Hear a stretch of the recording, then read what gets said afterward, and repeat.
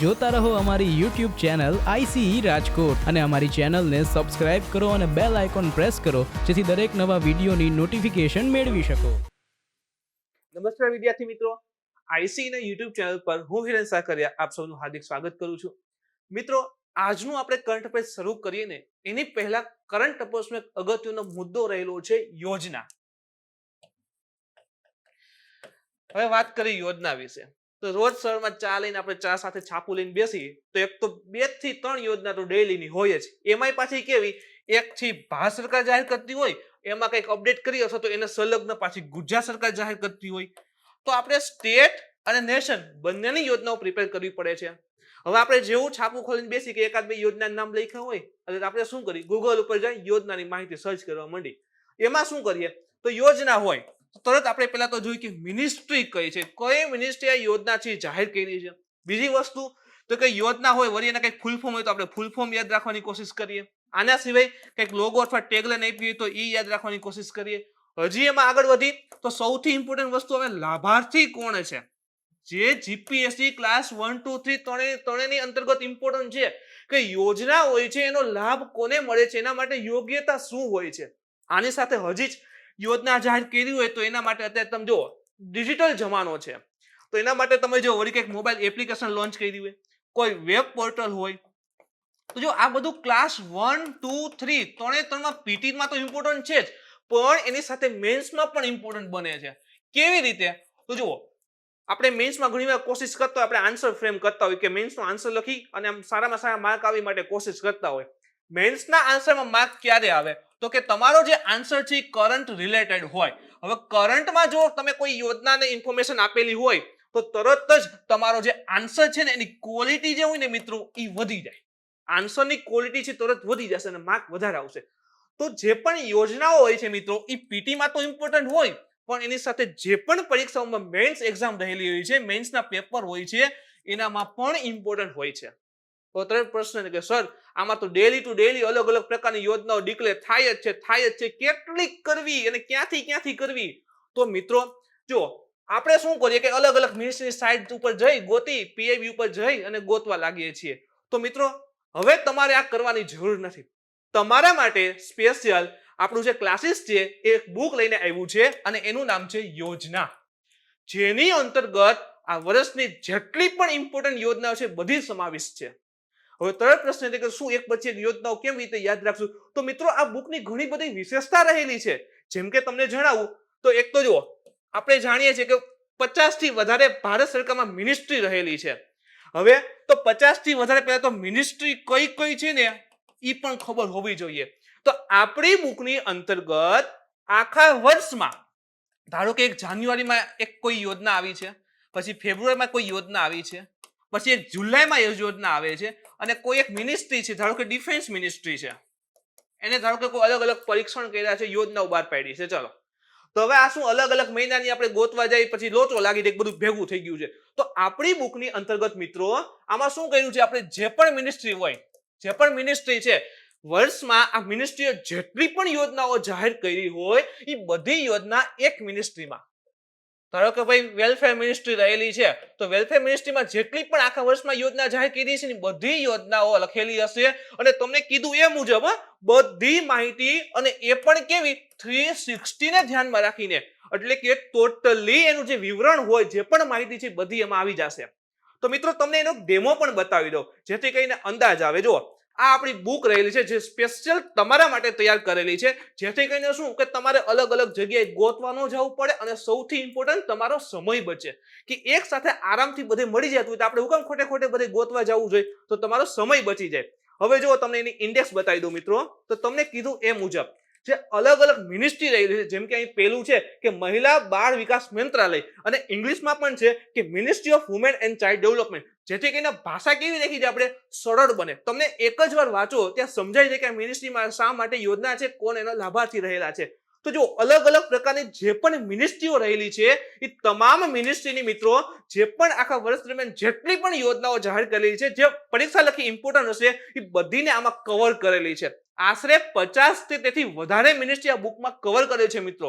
હવે એની સાથે હજી એક ઇમ્પોર્ટન્ટ માહિતી આપું કે જે પણ અલગ અલગ આપણે કીધું કે મિનિસ્ટ્રી આપણે જોયું એનો ડેટા તો આપેલો જ છે, પણ તમારે ક્વિક રિવિઝન માટે હજી એક વસ્તુ આ બુકમાં કરેલી છે. જેમ કે જે પણ મિનિસ્ટ્રીએ મોબાઈલ એપ હોય અથવા તો વેબ પોર્ટલ લોન્ચ કરેલા હોય એના માટેનું ક્વિક ટેબલ આપેલું છે. એટલે જેથી કરીને રિવિઝન ટાઈમમાં તમે શું કરી શકો કે જેવું છેલ્લે ક્વિક રિવિઝન જોવો કે તરત જ જે પણ મિનિસ્ટ્રીએ મોબાઈલ એપ ને વેબ પોર્ટલ લોન્ચ કર્યો તમે ત્યાંથી તો રિવાઇઝ કરી શકો. તમારે પાછું એક એક પેજ ગોતવાય ન જવું પડે. જુઓ તમારે કેટલી ફેસિલિટી અવેલેબલ થઈ ગઈ. અને આની સાથે હજી જે પણ વિવિધ યોજનાઓ સંબંધિત અગાઉની પરીક્ષામાં પ્રશ્ન પૂછ્યા હોય ને એ પણ કવર કરેલા છે. એટલે તમને અંદાજ આવે કે જે પણ યોજના હોય એને કેવી રીતે એક્ઝામમાં પ્રશ્ન પૂછે છે મિત્રો. તો મિત્રો આજે તમારા માટે સ્પેશિયલ બુક બનાવી છે. એ હવે તમને પ્રશ્ન છે કે સર મારે કેવી રીતે અવેલેબલ કરવી, મારે મેળવવી કેવી રીતે, તો તમારે તમે જે પણ જિલ્લામાં રહેતા હોય, જે પણ તાલુકામાં રહેતા હોય મિત્રો, એમાં નજીકમાં કોઈ સારામાં સારો બુક સ્ટોર પર જાઓ અને આ બુકની માહિતી આપો કે ભાઈ મારે આઈસીઈ ક્લાસીસની યોજના બુક જોઈએ છે, તો ત્યાં અવેલેબલ હશે.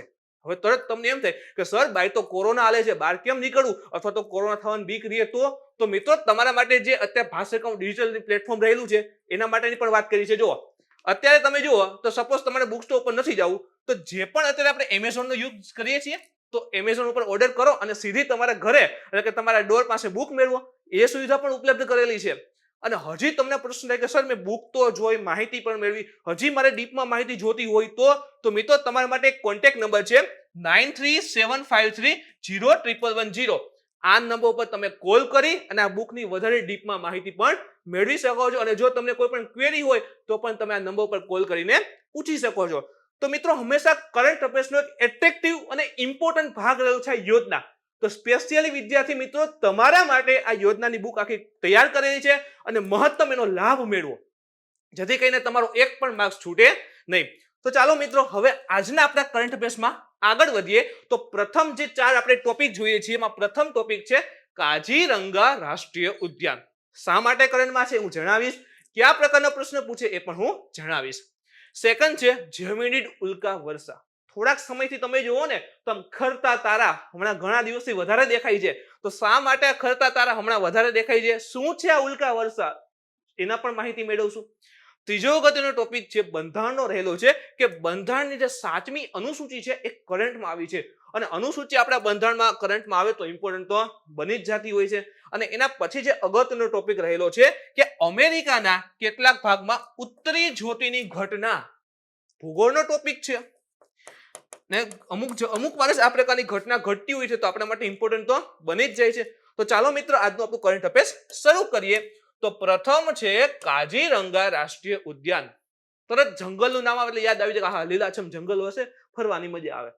તો શા માટે પહેલા તો આ રાષ્ટ્રીય ઉદ્યાન છે કરંટમાં આવ્યું છે? તો જે કાઝીરંગા રાષ્ટ્રીય ઉદ્યાન તથા એ વાઘ અભયારણ્ય પણ છે, ટાઈગર રિઝર્વ પણ છે, ત્યાં મિત્રો હોડી દ્વારા, હવે જો વિચારો એક નદી વહેતી હોય, સરસ મજાની ખળખળતા પાણી સાથે નદી વહેતી હોય, ઈ જંગલ વચ્ચે નદી હોય, લીલાછમ વૃક્ષ હોય, આજુબાજુ પ્રાણી હોય, તો ફરવાની મજા આવે. તો આ નદી વચ્ચે તમે હોડી લઈ અને આખા જંગલનો લાભ લઈ શકો. એટલે કે નદીમાં જે હોડી હોય એમાં બેસી અને આખું જંગલ જોઈ શકો છો. આ જે સુવિધા જે છે એ હવે શરૂ થઈ ગઈ છે. ક્યાં? તો કે કાઝીરંગા રાષ્ટ્રીય ઉદ્યાનની અંતર્ગત. આની સાથે હજી ત્યાં સાયકલ દ્વારા ભ્રમણ કરવાની પણ યોજના બનાવાઈ રહી છે અને યોજના એના અંતિમ ચરણમાં છે. એટલે કે આજે કાઝીરંગા નેશનલ પાર્ક રહેલું છે મિત્રો, ત્યાં શું હશે કે તમે જે નદી હોય એમાં સ્ટીમર એટલે કે હોડી મૂકી અને આખી જે કહેવાય કે ભાઈ રાષ્ટ્રીય ઉદ્યાન છે જોઈ શકો છો. એની સાથે જ એક યોજના છે કે સાયકલ દ્વારા પણ ભ્રમણ કરી શકાશે જેના અંતિમ ચરણમાં છે. તો આ મુદ્દાને લઈને કાઝીરંગા રાષ્ટ્રીય ઉદ્યાન છે કરંટમાં આવેલું છે. જોઈએ આપણે વધારે ડીપમાં માહિતી મિત્રો. પરંતુ આ જે નવી ગતિવિધિઓ છે, આપણે કીધું ને કે ભાઈ કાઝીરંગા નેશનલ પાર્ક રહેલું છે એમાં હવે હોડી અને થોડાક સમય પછી મે બી સાયકલ દ્વારા પણ પરિભ્રમણ કરીને આખો જોઈ શકાશે. હોડી માટેની તો પરમિશન મળી ગઈ છે. એમાં કેટલીક શરત આવી ગઈ, જેવી કે જુઓ કે 1302 એટલે કે 1302 વર્ગ કિલોમીટરનો જે વિસ્તાર હતો ને એમાંથી 482 વર્ગ કિલોમીટર જે કોર ક્ષેત્ર છે એની બહાર, એટલે કે વિચારો ધારો કે આ આખો વિસ્તાર છે 1302 સ્ક્વેર કિલોમીટર, ચોરસ કિલોમીટર કાઝીરંગાનો વિસ્તાર છે. એમાં કોર એરિયા એટલે સેન્ટરનો જે ભાગ હોય ઈ છે આશરે કેટલો? તો કે 482. તો આ વિસ્તારને છોડી, આ વિસ્તારને બાદ કરી બાકી આખામાં જે એ કહેવાય કે નાવ દ્વારા અથવા તો જે હોડી આપણે કહી એમાં બેસીને ભ્રમણ કરી શકાશે. એટલે જે કોર એરિયા કીધો ને એમાં કરી શકાશે નહીં, એટલી જે કહેવાય કે શરત મૂકેલી છે. કાઝીરંગા રાષ્ટ્રીય ઉદ્યાન વિશે માહિતી મેળવીએ. કરંટમાં રાષ્ટ્રીય ઉદ્યાન છે, ઇમ્પોર્ટન્ટ તો બને છે. રાજ્ય કયું છે? તો પહેલા કાઝીરંગા રાષ્ટ્રીય ઉદ્યાન છે આસામ રાજ્યમાં આવેલું છે. દરેક પ્રશ્ન પૂછી છે, કયા સ્થિતિનો બેસ્ટ પ્રશ્ન બની શકે. કાઝીરંગા રાષ્ટ્રીય ઉદ્યાન છે નીચેમાંથી કયા રાજ્યમાં આવેલું છે? તો યાદ રાખજો, આસામ રાજ્યમાં આવેલું છે. આના સિવાય બીજી ઇન્ફોર્મેશન તો કે જો એક મેરી કર્ઝન હતા. આ મેરી કર્ઝનની જે ભલામણ હતી એને 1908માં ભલામણ કરી હતી અને એની ભલામણ દ્વારા આજે કાઝીરંગા રાષ્ટ્રીય ઉદ્યાન છે એનું ગઠન કરવામાં આવેલું છે. 1908માં મેરી કર્ઝનની ભલામણ દ્વારા કાઝીરંગા રાષ્ટ્રીય ઉદ્યાનનું જે ગઠન છે કરવામાં આવેલું છે. ખાસ કરીને પૂર્વ હિમાલયની જે જૈવ વિવિધતાનું છે એનું આકર્ષણનું કેન્દ્ર. હવે જો પ્રશ્ન છે કે પૂર્વ હિમાલય ક્યાંથી આવ્યું આમાં? ચલો આપણે નવામાં ડ્રો કરીએ. આપણું આવું ભારત છે મિત્રો. ઓકે, હવે અહીંયા તમે જુઓ તો આ રીતે બે ભાગ પાડી, તો આ કેવો ભાગ કહેવાય? તો પૂર્વ કહેવાય. અને આ કેવો કહેવાય? તો કે પશ્ચિમ કહેવાય. આ પૂર્વ હિમાલય છે ને, પૂર્વ હિમાલય એ વિષુવવૃત્તથી નજીક થાય, વિષુવવૃત્તથી નજીક થાય છે as compare two western Himalaya. પશ્ચિમની સાપેક્ષે પૂર્વ તો નજીક જ છે. જેમ કે જો એનું નાનું ચિત્ર અહીંયા દોરું અને અહીંથી વિષુવવૃત્ત પસાર થતી હોય તો પૂર્વ જે ભાગ છે વિષુવવૃત્તથી નજીક છે પશ્ચિમ કરતા. વિષુવવૃત્તથી નજીક છે એટલા માટે અહીંયા જૈવ વિવિધતા છે ને વધારે છે. આ પ્રશ્ન મિત્રો યુપીએસસી એ પૂછેલો છે, યાદ રાખજો. પૂર્વ અને પશ્ચિમને કમ્પેરિઝન કરીને પૂર્વ હિમાલય જે છે એની જૈવ વિવિધતા વધારે છે as compare to west Himalaya. શું કામે? વિષુવવૃત્તથી નજીક છે એટલા માટે. તો જો પૂર્વ હિમાલય જે છે ત્યાં જૈવ વિવિધતા વધારે છે જેથી કરીને આકર્ષણનું કેન્દ્ર બને. હવે પ્રશ્ન છે જૈવ વિવિધતા શું? તો જૈવ વિવિધતા એટલે શું થાય કે ફ્લોરા અને ફોના એટલે કે વનસ્પતિ સૃષ્ટિ અને જે પ્રાણી સૃષ્ટિ રહેલી છે એમાં જે વિવિધતા રહેલી છે એને શું કહીએ છીએ આપણે? જૈવ વિવિધતા, જે ખૂબ જ સજીવોના ટકાવ માટે ખૂબ જ ઇમ્પોર્ટન્ટ હોય છે. તો પૂર્વ હિમાલય જે જૈવ વિવિધતા રહેલી છે એનું આકર્ષણ જે છે આ કાઝીરંગા રાષ્ટ્રીય ઉદ્યાન છે બનેલો છે.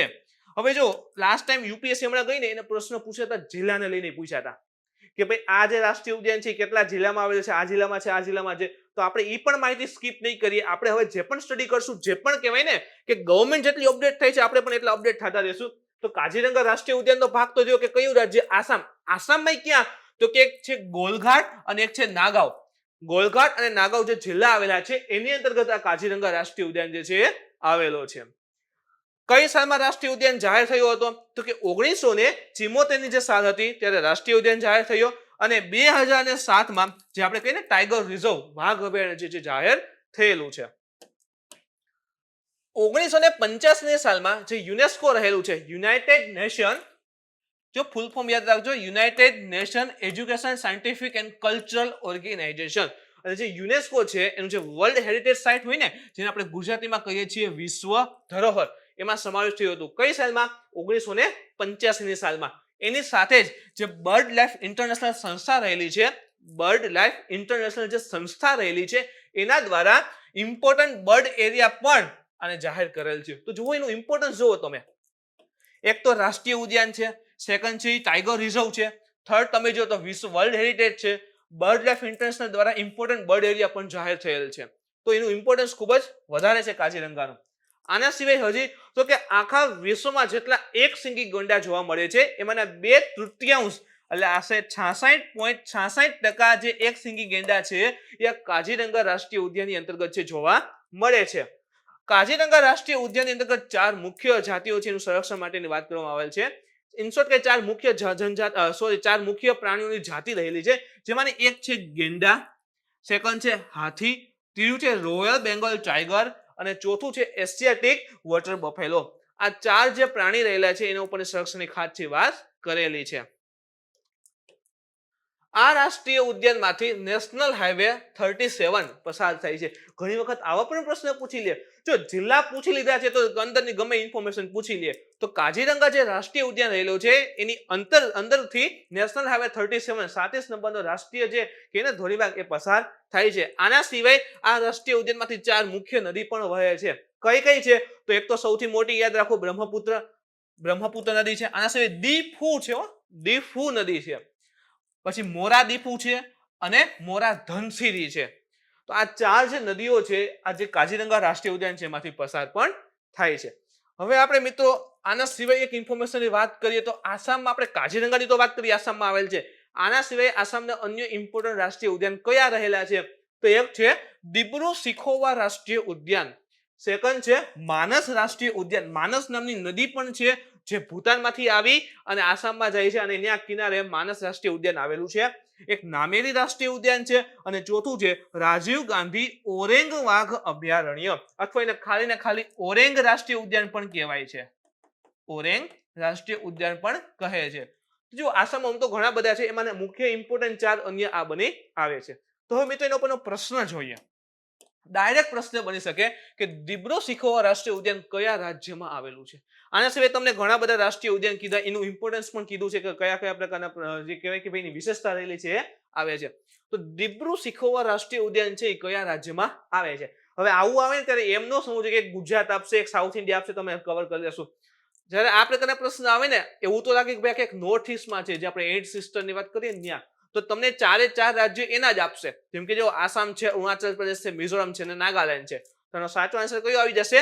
આસામ. કે દિબ્રુ સિખોવા તેમજ એની સાથે તમે જો માનસ, નામેરી અને રાજીવ ગાંધી ઓરેંગ આ પ્રકારના જે રાષ્ટ્રીય ઉદ્યાન છે ક્યાં આવેલા છે? તો કે આસામમાં આવેલા છે. સેકન્ડ ટોપિક જોઈએ મિત્રો, જેમિનિડ ઉલ્કા વર્ષા. જેમિનિડ ઉલ્કા વર્ષા. હવે જે આપણે સિમ્પલ શબ્દમાં કહીએ, જે ખરતા તારા હોય ને આપણે એને ઉલ્કા વર્ષા કહી છીએ, એ તો તમને અંદાજ આવી જ જશે.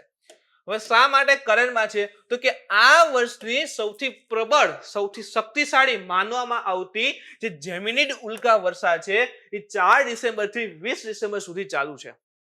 એટલે કે જેમિનિડ ઉલ્કા વર્ષા આ વર્ષની સૌથી પ્રબળ, એટલે કે સૌથી વધારે જે 4 ડિસેમ્બર થી 20 ડિસેમ્બર વચ્ચેનો ગાળો છે એમાં સૌથી વધારે ઉલ્કા છે એ જોવા મળશે. ઉલ્કા જે છે એ પડે છે, ઉલ્કા વર્ષા જોવા મળશે અને એનું નામ છે જેમિનિડ. તો આ વર્ષની સૌથી પ્રબળ ઉલ્કા વર્ષા કઈ થઈ ગઈ? તો કે જેમિનિડ ઉલ્કા વર્ષા, જેની અંતર્ગત તમે જુઓ જેમાં 13 અને 14 ડિસેમ્બર, હમણાં તારીખ ગઈ, તો આ 13 અને 14 ડિસેમ્બરે મધ્યરાત્રિમાં આ ઉલ્કા વર્ષાનો સર્વાધિક સ્વરૂપ જોવા મળેલ છે. એટલે કે 13 અને 14 ડિસેમ્બરે સૌથી વધારે, 13 અને 14 ડિસેમ્બરની મધ્યરાત્રિએ સૌથી વધારે ઉલ્કા વર્ષા છે થયેલી છે. તો એ માહિતી પણ ઇમ્પોર્ટન્ટ છે. આગળ જોઈએ ઉલ્કા વર્ષા વિશે. આપણે કીધું કે જેમિનિડ ઉલ્કા વર્ષા થયેલી છે તથા આખા વર્ષની સૌથી મોટી ઉલ્કા વર્ષા એ જ છે. તો ઉલ્કા વર્ષા કહેવાય કોને, શું હોય છે? તો કે ઉલ્કા એ શું છે? તો કે સૂર્યના ચારે તરફ પોતાની કક્ષામાં ગતિ દરમિયાન જે ધૂમકેતુ રહેલા છે એનાથી દૂર થયેલ જે પણ ખડક અથવા બરફના ટુકડા હોય એને આપણે સામાન્ય રીતે ઉલ્કા કહેતા હોઈએ છીએ. ધૂમકેતુ પ્રશ્ન હવે શું છે તો એ પણ હું તમને માહિતી આપીશ મિત્રો. પણ જો એક ધારી લો કે બરફ છે, વાયુ છે, એના ગોળા રહેલા છે. આ જે ગોળા છે એમાંથી થોડોક વાયુ અથવા બરફ અલગ થઈ જાય, ધીરે ધીરે જામી જશે, ઘન સ્વરૂપ આવી જશે અને થોડોક અલગ થઈ ગયેલો, ધારો કે આખો મોટો ભાગ હોય એમાંથી આવડો ભાગ અલગ થઈ જાય છે, તો આને શું કહેવાય છે? ઉલ્કા આપણે સામાન્ય રીતે કહેતા હોઈએ છીએ. જ્યારે પૃથ્વી જે છે એ ધૂમકેતુ અથવા તો લઘુગ્રહ દ્વારા દૂર થયેલા ખડકો પાસેથી પસાર થાય છે ત્યારે ઉલ્કા વર્ષા, જેને મેટલ શાવર પણ કહીએ છીએ, એ ઘટના જોવા મળે છે. જો સમજો, ધારો કે આપણી પૃથ્વી રહેલી છે, આપણો પૃથ્વીનો રસ્તો છે, અહીંયા સૂર્ય છે અને આપણી પૃથ્વી છે, ફરે છે આ રીતે. હવે કોઈ ત્યાં ધૂમકેતુ પસાર થયો તો એક જમાનામાં અહીંથી ધરકામ ધૂમકેતુ આવ્યો તો સૂર્ય બાજુ પાછો ગયો. હવે એ વખત દરમિયાન ઘણા બધા એના કટકા પડ્યા છે, આવા ગોળા પડી ગયા છે. આના સિવાય અવકાશી કોઈ પદાર્થ પસાર થાય છે, ધારો કે કોઈ લઘુગ્રામ આમ જાતો હોય અને આ ગાળામાં પહોંચે છે ત્યારે અહીંયા ઘણા બધા પદાર્થો પાછળ છે, ખડક છે એમાંથી છૂટા પડે છે. હવે શું થશે? પૃથ્વી જે છે ગતિ કરતી ધારો કે 5 મહિના પછી અહીંયા પહોંચે છે, 3 મહિના પછી અહીંયા પહોંચી જાય, 3 મહિના પછી અહીંયા પહોંચે છે. તો જે પણ ઓલા નાના નાના કડકા હતા એ શું થશે? પૃથ્વી જે છે પોતાનું શું છે? ગ્રેવિટેશનલ ફોર્સ છે, ગુરુત્વાકર્ષણ બળ છે. તો આસપાસ જે પણ નાના મોટા અવકાશી પદાર્થ હશે શું કરશે? એની તરફ ખેંચતી હશે. તો જેવી આપણી પૃથ્વી અહીંયા આવશે તો જે પણ એમાંથી છૂટા પડેલા ખડકો હતા એની સાઈડ ખેંચશે. હવે પૃથ્વીની એની સાઈડ ખેંચશે, જેવા વાતાવરણમાં આવશે ઘસાણ સાથે સળગવા લાગશે. શું જોવા મળે? ઉલ્કા વર્ષા જોવા મળશે. તો જે પણ આ પ્રકારની ધૂમકેતુ છે, લઘુગ્રહ છે, એનો કચરો પાથરેલો હોય પૃથ્વીની કક્ષામાં, એમાંથી ખડકો અલગ થયા હોય તો એ જે છે ઉલ્કા વર્ષા સ્વરૂપે પૃથ્વી ઉપર જોવા મળતા હોય છે. જેમિનિડ ઉલ્કા વર્ષાને વર્ષનો સૌથી મોટો ઉલ્કા વર્ષા શા માટે માનવામાં આવેલ છે? આપણે કીધું કે ભાઈ 4 ડિસેમ્બર થી 20 ડિસેમ્બર વચ્ચે આ ઉલ્કા વર્ષા જોવા મળે છે અને આખા વર્ષની સૌથી મોટી ઉલ્કા વર્ષા છે. પણ શા માટે આખા વર્ષની સૌથી મોટી ઉલ્કા વર્ષા છે? તમે કહેશો કે સૌથી વધારેમાં ઉલ્કા ખરી છે. વાત સાચી છે, પણ એની વિશેષતા શું રહેલી છે? તો જેમ કે જો આની ઉત્પત્તિ એટલે કે જેમિનિડ ઉલ્કા રહેલી છે, એની ઉત્પત્તિ છે ને એ કોઈ ધૂમકેતુથી નથી થયેલ. આપણે હમણાં વાત કરી ને કે સામાન્ય રીતે કોઈ આવી રીતે ધૂમકેતુ હોય તો એના પદાર્થો વધારે પથરાતા હોય છે, જેથી કરીને કે પૃથ્વી જ્યારે પસાર થાય એ ઉલ્કા સ્વરૂપે પૃથ્વી ઉપર આવે છે. પરંતુ આ જે જેમિનિડ જે છે એ ઉલ્કા ધૂમકેતુ નથી થયેલ. ધૂમકેતુથી અલગ થયેલા પાર્ટ ઉલ્કામાં નથી આવેલ. પરંતુ તેનું કારણ કોઈ લઘુગ્રહ અથવા તો કોઈ વિલુપ્ત ધૂમકેતુ છે. વિલુપ્ત એટલે પહેલા એક જમાનામાં ધૂમકેતુ હશે પણ હવે રહેલ નથી. એટલે એ ધૂમકેતુ તો છે નહીં. પરંતુ શું થાય કે એના જે કચરા છે ને એ રહી ગયા હોય. વિલુપ્ત ધૂમકેતુ વિલુપ્ત થઈ ગયો છે પણ એના ખડકો આવા રહી ગયા હોય, અથવા તો કોઈ લઘુગ્રહ હોય એના ભાગ પડેલા હોય. તો એના કારણે આ જેમિનિડ જે છે એ ઉલ્કા વર્ષા થયેલ છે. કોઈ જમાનામાં લઘુગ્રહ હશે, એ લઘુગ્રહ જે છે એને કટકા થયેલ છે અથવા તેમાંથી અલગ થયેલા ખડકો છે અને એ હાલ અત્યારના સમયે એ પૃથ્વી ઉપર ઉલ્કા સ્વરૂપે વરસી રહ્યા છે. તો એ રીતે આ જેમિનિડ ઉલ્કા વર્ષા છે જોવા મળેલી છે અને એમાં સૌથી વધારે ખડકો રચના હતા, જેથી અત્યારે સૌથી વધારે વરસાદ છે ઉલ્કા વર્ષા છે જોવા મળેલ છે. જેમિનિડ્સની ઉત્પત્તિ 3200 ફિથોન થી થયેલ છે. હવે આ એક નામ છે, 3200 કોડ છે. હવે જેમિનિડ કીધું કે આપણે ખાસ કરીને કોઈ વિલુપ્ત ધૂમકેતુ અથવા તો જે લઘુગ્રહ રહેલ છે એનાથી દ્વારા ઉત્પત્તિ છે. તો 3200 ફિથોન એક નામનો લઘુગ્રહ હતો, એનાથી આની ઉત્પત્તિ છે થયેલી છે. આવું કોણ કહે છે? તો કે જે ઉલ્કા વૈજ્ઞાનિકો, જે પણ વૈજ્ઞાનિકો ઉલ્કા ઉપર રિસર્ચ કરે છે એના દ્વારા માનવામાં આવેલ છે કે 3200 ફિથોન જે લઘુગ્રહ હતો એનાથી આજે જેમિનિડ્સ છે એની ઉત્પત્તિ છે એ થયેલી છે. આ લઘુગ્રહ હતો એનો વ્યાસ આશરે 5 કિલોમીટરથી વધુ હતો તથા જે ગ્રીક મિથકો હોય એટલે કે જે ગ્રીક મેથ્સ હોય, જે કહેવાય ને કે જાણકારી આપતા હોય, એના દ્વારા આ સૂર્ય દેવતા જે હેલિયોસન હતા, હેલિયોસ સૂર્યના દેવ જે હેલિયોસ હતા એનું પુત્રનું નામ હતું ફિથોન. એના ઉપરથી આ લઘુગ્રહનું નામ આપવામાં આવેલું હતું ફિથોન. જો ક્યાંથી ક્યાં કનેક્શન છે. જે ગ્રીક મિથકો હતા એને સૂર્યદેવ જે હેલિયોસ કહેવાય છે એનો પુત્ર ફિથોન હતો, એના ઉપરથી આ લઘુગ્રહનું નામ આપ્યું હતું ફિથોન. અને એના જે કહેવાય કે ભાઈ ખડકો રહેલા હતા, હાલ એ જે કહીને આપણે જેમિનિડ્સ એ ઉલ્કા સ્વરૂપે વરસી રહ્યા છે.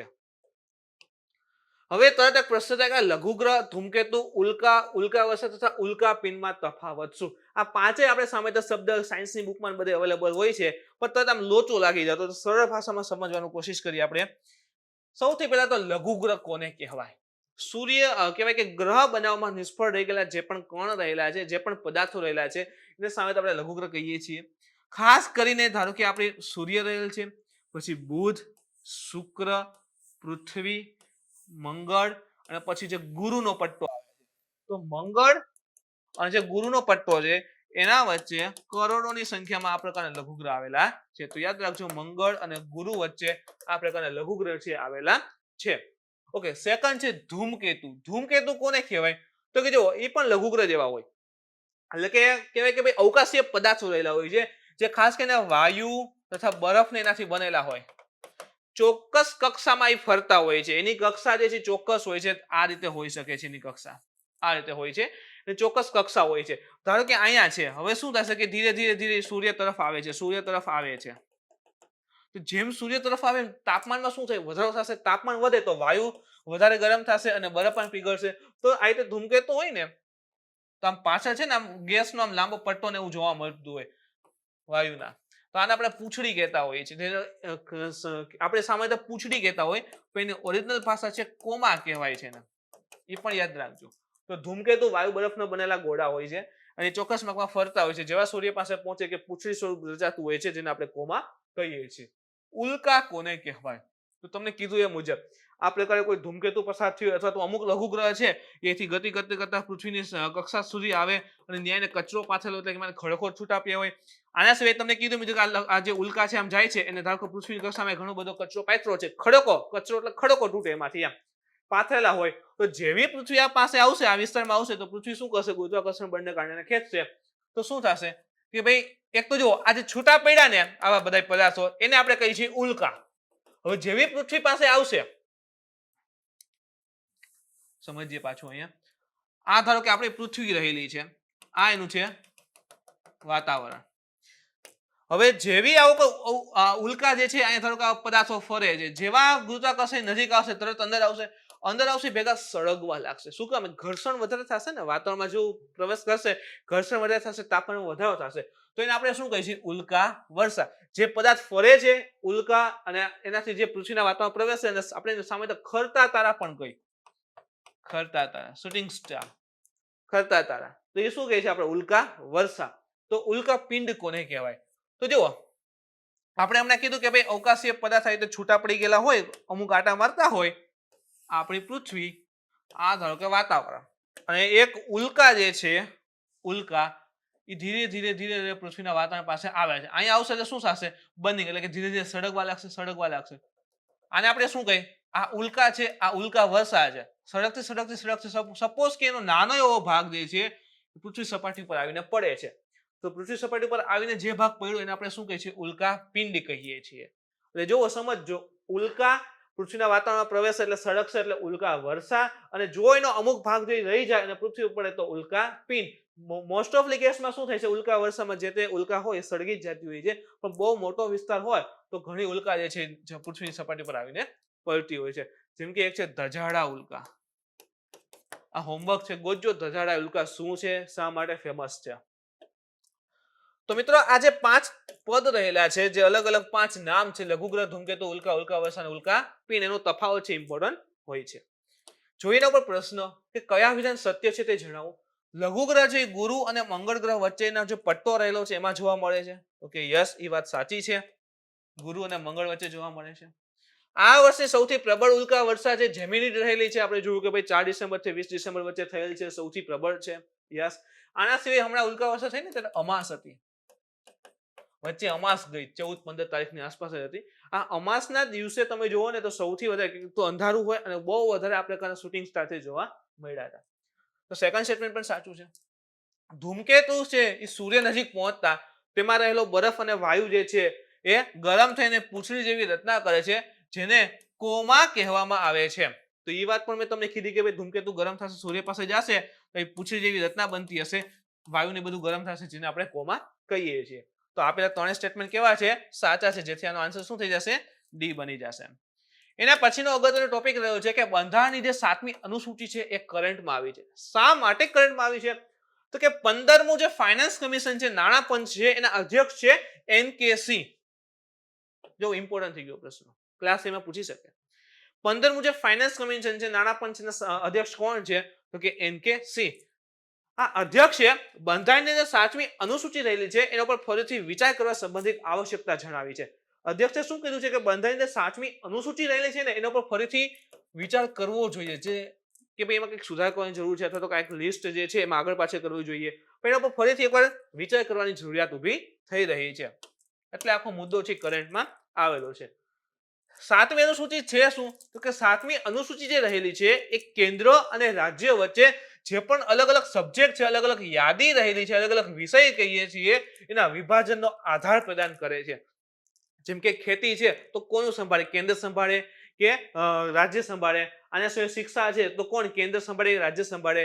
સ્વાસ્થ્ય છે કોણ સંભાળે? કેન્દ્ર સંભાળે, રાજ્ય સંભાળે? ડિફેન્સ છે કોણ સંભાળે? તો આ પ્રકારે જે પણ અલગ અલગ વિષય રહેલા છે, સબ્જેક્ટ રહેલા છે, એ કોને સંભાળશે? જેમ કે ડિફેન્સ હોય તો કોણ સંભાળે? તો કે ભાઈ કેન્દ્ર સંભાળે ને, કે રાજ્ય તો ન કહી શકે ચાલો આજથી અમારી પોતાની મિસાઇલ ડેવલપમેન્ટ સિસ્ટમ હશે. તો આ પ્રકારે જે પણ અલગ અલગ સબ્જેક્ટ રહેલા છે એની યાદી રહેલી છે, એના માટેનો આધાર જે છે એ 7મી અનુસૂચિ પૂરો પાડે છે. નાણાં પંચના અધ્યક્ષ જે એનકેસી રહેલા છે એના મુજબ રાજ્ય માટે કેન્દ્ર પ્રાયોજિત જે પણ યોજનાઓ જે છે એ લાગુ કરવા, આના સિવાય જે પણ રાજકોષીય સંઘવાદ છે એટલે કે જે ફિસ્કલ ફેડરલિઝમ કહીએ છીએ, એમાં વિશ્વાસ સુદૃઢ કરવા માટે 7મી અનુસૂચિ નવેસરથી એકવાર વિચાર કરવાની જરૂરિયાત છે ઊભી થઈ રહી છે. એટલે કે એનકેસી નું માનવું છે કે જે પણ કેન્દ્ર પ્રાયોજિત, કેન્દ્ર દ્વારા જે પણ યોજનાઓ સંચાલિત થઈ રહી હોય એ યોજનાઓને વ્યવસ્થિત વધારે પ્રબળ રીતે લાગુ કરવા માટે, તેમજ જે રાજકોષીય સંઘવાદ છે ફિસ્કલ ફેડરલિઝમ રહેલ છે એના ઉપર વિશ્વાસ સુદૃઢ કરવા માટે આ 7મી અનુસૂચિ રહેલી છે એમાં નવેસરથી વિચાર કરવો જરૂરી બન્યો છે. 7મી અનુસૂચિ ઉપર આપણે કરંટમાં છે તો વાત કરીએ. 7મી અનુસૂચિ છે શું? તો બંધારણના અનુચ્છેદ 246, જો યાદ રાખો બહુ સહેલો છે, 2 દુ 4 અને 4 માં પાછા 2 ઉપર એટલે 6, એટલે 2 દુ 4 ને 2 તેરી 6 એટલે 246 જે અનુચ્છેદ રહેલો છે જે 7મી અનુસૂચિ જે છે એ કેન્દ્ર અને રાજ્ય વચ્ચેના શક્તિનું વિભાજન સંબંધિત રહેલ છે. આપણે કીધું 7મી અનુસૂચિમાં કેન્દ્ર અને રાજ્ય વચ્ચે જે પણ યાદી વિષય રહેલા છે એનું વિભાજન છે. એનો આધાર ક્યાંથી છે તો કે બંધારણમાં જે 246 અનુચ્છેદ રહેલો છે તે યાદ રાખવું કેવી રીતે તો 2 દુ 4 ને 2 તેરી 6 એટલે થઈ ગઈ 7મી અનુસૂચિ. આ રીતે યાદ રાખી લેજો. ઓકે, આનાથી હજી એક વસ્તુ છે. જો અહીં કેટલા આવ્યા 2 4 6 ત્રણ આંકડા છે એનો મતલબ એમ કે આ સૂચિ જે છે જે 7મી અનુસૂચિ છે એમાં અલગ અલગ ત્રણ યાદી છે. એક જે છે એ કેન્દ્ર યાદી છે, એક જે છે એ રાજ્ય યાદી છે અને એક છે એ સંયુક્ત યાદી છે. તો એમ પણ યાદ રાખી શકો કે કેટલી યાદી તો કે 3 246 માં ત્રણ આંકડા એટલે ત્રણ યાદી. એક છે કેન્દ્ર, એક રાજ્ય અને સંયુક્ત એટલે જેમાં કેન્દ્ર અને રાજ્ય બંને જે છે કાયદા બનાવતા હોય. તેમાં કેન્દ્રીય યાદી મુજબ આપેલ વિષયો પર કેન્દ્ર સરકાર જે છે કાયદો બનાવવાનો અધિકાર ધરાવે છે. જેમ કે તમને કીધું ત્રણ યાદી, એક તો કેન્દ્ર, એક છે રાજ્ય અને એક છે સંયુક્ત યાદી.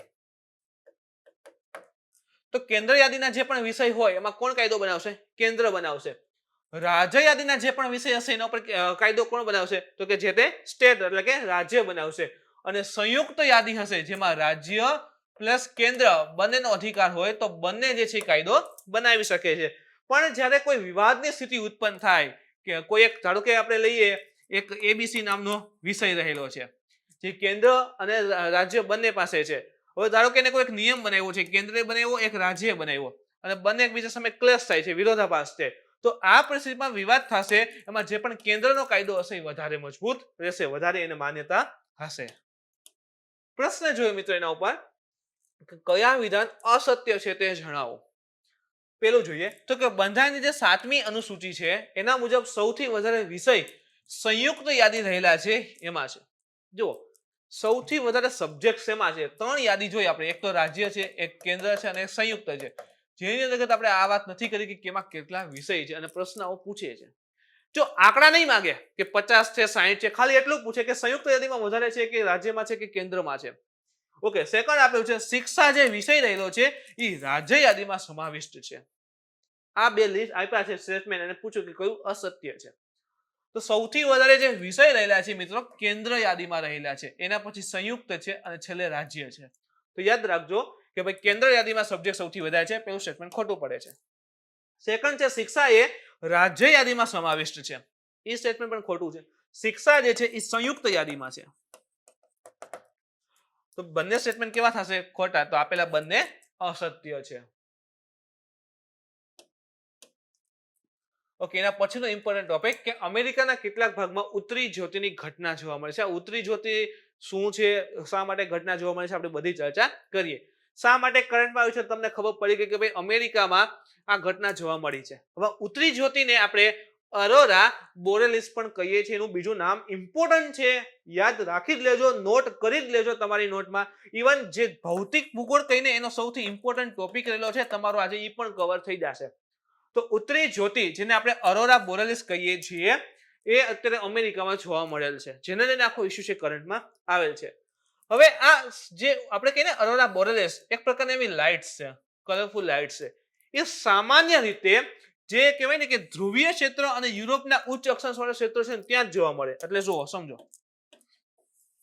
ધારો કે આપણી પૃથ્વી હોય, અહીંયા આવશે ઇક્વેટર વિષુવવૃત્ત, આ છે ધ્રુવીય ક્ષેત્ર બને, અથવા તો આ યુરોપ આવી જાય અહીંયા અને યુરોપથી ઉચ્ચ અક્ષાંશ એટલે આ ગાળામાં જોવા મળે. અમેરિકા એવું છે અહીંયા. તો સામાન્ય રીતે આ વિસ્તારમાં જે છે આ જે લાઇટિંગ છે એ જોવા મળે છે અરોરા, પણ અમેરિકામાં પણ જોવા મળી છે, જેને લઈને આખો ઇસ્યુ છે કરંટમાં આવેલો છે. હવે સમજાણું હશે કે શા માટે ઇમ્પોર્ટન્ટ, કે અમેરિકામાં સામે તે જોવા નથી મળતી પણ ત્યાં જોવા મળેલી છે એટલે ઇમ્પોર્ટન્ટ થયેલ છે. આ ઘટનાનું કારણ એક સનસ્પોટ એટલે શું થાય કે એક ધબ્બો થાય. સૂર્ય હોય એમાં જે ધબ્બા છે એટલે કે જે સનસ્પોટ થી ઉત્પન્ન જે સોલર ફ્લેમ છે, જેને સોલર વિન્ડ આપણે કહીએ ને, સોલર ફ્લેમ એટલે શું થાય કે સૂર્યમાંથી જે જ્વાળાઓ આવી રહેલી છે એ સોલર ફ્લેમ છે. જો અહીં તમને ક્લિયર થઈ જશે, આ સૂર્ય છે અને અહીં છે સોલર ફ્લેર. એટલે કે જે પણ સોલર ફ્લેર ઉત્પન્ન થાય છે, આ પ્રકારની ફ્લેર ઉત્પન્ન થાય અને એનાથી શું થશે, આ પ્રકારના સૂર્ય પવનો સોલર વિન્ડ કહીએ છીએ ઉત્પન્ન થયા છે, જે આપણે પૃથ્વી તરફ આવેલા છે, જે આ ઘટનાનું મુખ્ય કારણ બનેલા છે. તો તો સનસ્પોટ છે અને એનાથી ઉત્પન્ન થાય સોલર ફ્રેમ અને ત્યાંથી સોલર વિન્ડ જે આપણી પૃથ્વી તરફ આવ્યા છે. હવે સોલર ફ્રેમ છે એ કોરોના માસ ઇજેક્શન એ પણ થાય છે. સોલર ફ્રેમની સાથે કોરોના માસ જે ઇજેક્શન હોય એ પણ થાય છે. શું છે એની માહિતી મેળવીએ મિત્રો. હવે જો સિમ્પલ ભાષામાં સમજો ને તો સોલર ફ્લેર જનરેટ થાય એટલે કે શું થશે કે અહીં જે આકૃતિ હતી અહીંયા ધબ્બા ને એવું આવેલું છે ફ્લેર જનરેટ થાય એટલે કે સૂર્ય ઉપરના પવન જે હોય ને એ જનરેટ થયા એનાથી શું થશે કે તાપમાનમાં વધારો થાય એવા ગરમ પવન ઉત્પન્ન થશે અને એ આખા વિસ્તારમાંથી ફરતા થઈ જશે. તો CME કોરોના માસ ઇજેક્શન જે છે એ પણ જોવા મળે છે. CME જે છે એ સૂર્યથી ઉત્સર્જિત થવા વાળા વિકિરણ અને સૌર કણોનો એક મોટો ભાગ હોય છે. કીધું ને એમાં જો આકૃતિ જોઈ હતી કે ભાઈ આ રીતે અહીં આવેલું છે આખો વિસ્તાર. તો એ શું છે તો કે એક વિકિરણ છે સૂર્યથી ઉત્સર્જિત થવાના વિકિરણ અને સૌર કણ હોય જે ચાર્જ હોય છે એટલે કે જે આપણે ઇલેક્ટ્રોન ચાર્જ કહીએ ને એ પ્રકારના હોય છે એ મોટો ભાગ હોય છે જે અત્યધિક તીવ્ર ગતિથી અંતરિક્ષમાં જે છે એ વિસ્ફોટિત થાય વિસ્ફોટ થશે. વિચાર કરો સૂર્ય ઉપર જે છે વિસ્ફોટ થાય તો શું થશે કે ભાઈ એમાંથી ઘણા બધા જે પાર્ટિકલ ચાર્જ હોય ઇલેક્ટ્રોન છે છૂટા પડતા હશે. છૂટા પડશે એટલે શું થશે કે જે પણ ફ્લેમ હશે એટલે કે જે પણ પવન હશે સોલર વિન્ડ સાથે છે ગતિ કરવા લાગશે અને તેના કારણે આ અરોરા બોરેસ સામાન્યથી વધારે જગ્યા પર જોવા મળે છે. જ્યારે પણ આ પ્રકારનો સૂર્ય પર મોટો બ્લાસ્ટ થાય છે એટલે શું થાય બ્લાસ્ટ થશે એટલે પવનની બધું વધી જશે. પવનની બધું વધી જશે એટલે શું થશે પૃથ્વીનો ઘણો બધો વિસ્તાર છે કવર કરે. જો અહીંયા જો એટલે અંદાજ આવશે.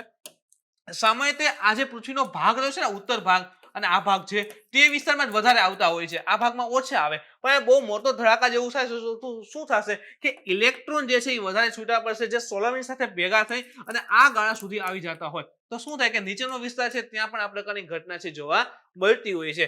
તો રેરલી આ રીતે થતું હોય છે કે એવું ને કે દર વર્ષે અમેરિકા પર આ ઘટના હોય પણ ખૂબ ઓછા સમય માટે ક્યાંક ક્યાંક બનતી ઘટના છે જે અત્યારે બનેલ છે એટલે કરંટમાં આખું ઇસ્યુ મળેલ છે. પોલર લાઇટ્સ અથવા તો અરોરા આપણે કીધું ને કલરફુલ લાઇટ્સ જોવા મળે છે બોરેલિસ તો એ શું છે તો કે એકચ્યુઅલી પોલર લાઇટ્સ ધ્રુવીય લાઇટ્સ અથવા તો એને અરોરા તરીકે ઓળખવામાં આવે છે. જે ઉચ્ચ અક્ષાંશ એટલે ધ્રુવીય નજીકના જે ક્ષેત્ર હોય ત્યાં આકાશમાં જોવા મળતા રંગીન પ્રકાશ જે છે જેમ કે જો શરૂઆતમાં તમે જોયું હતું કે જે આકાશમાં આ પ્રકારનો રંગીન પ્રકાશ જોવા મળે છે એને જ જે છે એ પોલર લાઇટ્સ અથવા તો અરોરા છે કહેવામાં આવે છે. પોલર લાઇટ્સના બે પ્રકાર છે. એક જોયું અરોરા બોરેલિસ અને એક છે અરોરા ઓસ્ટ્રેલિસ. જે પૃથ્વી રહેલી છે એમાં દક્ષિણ ધ્રુવ જે એન્ટાર્કટિક ભાગ છે એન્ટાર્કટિક અને ઉપર તરફ છે આર્કટિક. તો આર્કટિક વિસ્તારમાં જે કલરફુલ લાઇટ્સ જોવા મળે છે એને આપણે કહીએ છીએ અરોરા બોરેલિસ નોર્થ સાઇડ અને સાઉથ સાઇડમાં એન્ટાર્કટિક પાસે જોવા મળે છે એને આપણે કહીએ છીએ અરોરા ઓસ્ટ્રેલિસ. તો આ પ્રકારે જે પોલર લાઇટ્સ અથવા અરોરા કહીએ એના બે ભાગ છે અથવા તો બે નામ છે એ આપેલા છે. ઉત્પત્તિ કેવી રીતે થશે આપણે કીધું કલરફુલ લાઇટ છે તો ઉત્પત્તિ કેવી રીતે થાય તો કે આદર્શ રૂપથી પોલર લાઇટ્સની ઉત્પત્તિ જે છે એ અંતરિક્ષથી આવવા વાળા જે પણ તીવ્ર ગતિના ઇલેક્ટ્રોન રહેલા છે જો ઇમ્પોર્ટન્ટ આ બને છે ઇલેક્ટ્રોન તથા પૃથ્વીના વાયુમંડળના ઉપરનો જે ભાગ હોય ને ત્યાં ઓક્સિજન અને નાઇટ્રોજન હાજર હોય છે તો એના પરસ્પર અથડાવાથી આ લાઇટ્સ ઉત્પન્ન થાય છે. જો સમજો આકૃતિમાં જુઓ એટલે ક્લિયર થઈ જશે. આપણી પૃથ્વી રહેલી છે ચાલો આપણે દોરીને સમજીએ. આપણી પૃથ્વી રહેલી છે અહીં સૂર્ય છે સૂર્યમાંથી આવા વિંગ્સ જે આવે છે પૃથ્વીને પોતાનું મેગ્નેટિઝમ હશે ચુંબકીય ક્ષેત્ર હોય છે આ રીતે આ ચુંબકીય ક્ષેત્ર રેખાઓ કહેવાય છે આ રીતે રહેલી હોય છે. હવે શું થાય કે પૃથ્વીનું જે વાતાવરણ રહેલું છે એનો જે ઉપરી ભાગ હોય આ વિસ્તારમાં ત્યાં ઓક્સિજન અને નાઇટ્રોજન જોવા મળે છે. હવે આ જે સૂર્યમાંથી પવન આવે છે એમાં ઇલેક્ટ્રોનની વધારે હશે. હવે શું થશે ઇલેક્ટ્રોન જેવા આ ઓક્સિજન અને નાઇટ્રોજન સાથે ભટકાશે એટલે એને ઉર્જા આપશે. ઇલેક્ટ્રોનને ઉર્જા આપશે નાઇટ્રોજનને ઉર્જા આપશે એટલે ઉર્જા આપશે એટલે શું થશે તીવ્ર ગતિ આવે એમાં ઇલેક્ટ્રોન ઉત્સર્જિત થવા લાગે.